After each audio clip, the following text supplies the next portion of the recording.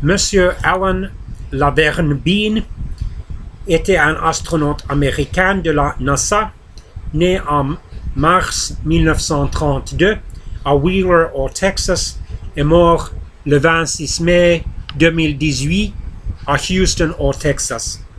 Il était le quatrième des 12 hommes ayant foulé le sol lunaire à ce jour.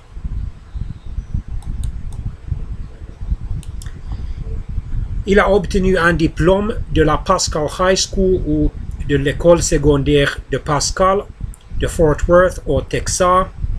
Il a obtenu aussi un Bachelor of Science degree, un degré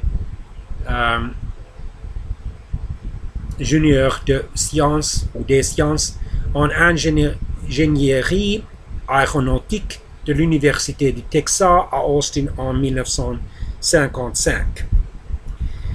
Il a rejoint ensuite la navire des États-Unis dans les corps de l'entraînement des officiers de la réserve militaire, où il a reçu une formation de pilote, puis il a été assigné à un escadron d'attaque à la base Naval Air Station de Jacksonville en Floride.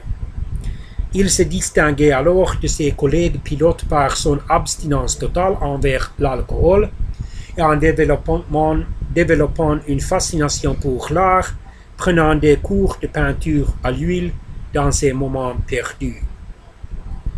En 1960, il a suivi une formation de pilote d'essai à l'école de la navire des États-Unis pour le pilote d'essai, où son instructeur n'était autre que son futur commandant de la mission Apollo 12, M. Pete Conrad.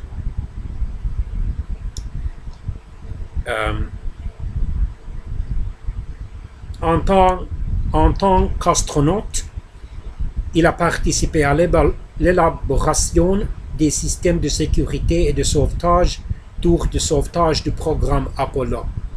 Il a pris sa retraite en 1981 pour se consacrer à la peinture. Après 18 ans comme astronaute, il souhaitait traduire à travers son art l'expérience de ce qu'il avait eu la chance de contempler durant ses missions. À propos de la Lune, il l'a décrit ainsi. Si pour vous la beauté est synonyme de fleurs et d'animaux, de nuages et de couleurs, cet endroit ne présente aucune forme de beauté. C'est une beauté différente, complètement monochrome et très différente de tout ce que l'on a pu voir auparavant. Le ciel est d'un noir luisant, même éclairé par le soleil.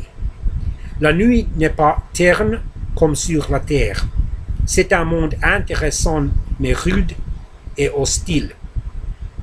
Et il a dit le commentaire suivant à propos de la Terre. Depuis la Lune, la Terre aurait aisément pu être considérée comme l'œil de Dieu, qui s'ouvre et se referme, passant d'un bleu et blanc lumineux au crépuscule à intervalles de 28 jours.